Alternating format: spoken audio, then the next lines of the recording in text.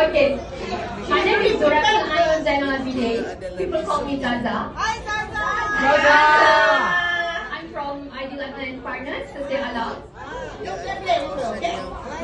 Okay. I'm a practicing lawyer.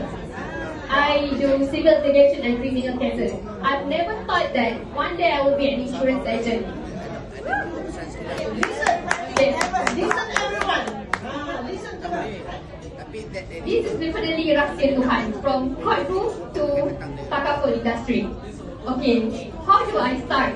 It's a very interesting story.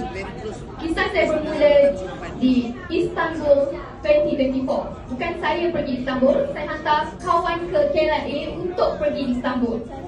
And then at the KLIA, I met my AM Cikgu Fakrul Arabi. And then the rest is history. I was with Cikgu Fakrul, and then he asked me to join his team. Okay, and then it's not an easy journey. It's quite difficult because this is very new and alien to me.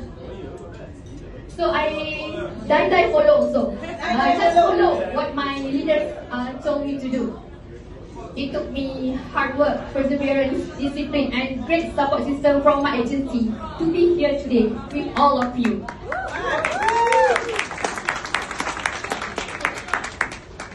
Your convention experience. How do you feel?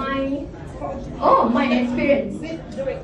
Actually, I love traveling so much that next month I will travel to Africa. Whoa! But she's extending her journey. Tomorrow I will go to Osaka. Not going back to Malaysia yet. Okay, my experience here. I never fancy traveling in a big group. I always travel alone or with a friend.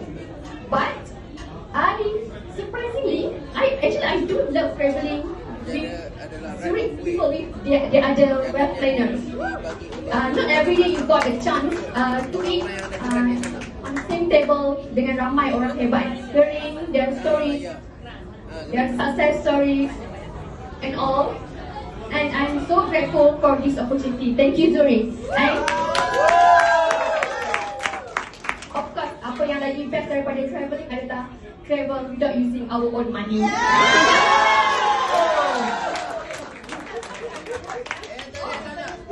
Ucapan? Oh tak ada Kak Ita. Sikit-sikit je. Okay, before that, my message to everyone. Okay, dream big. If your dreams don't scare you, means that it's not big enough.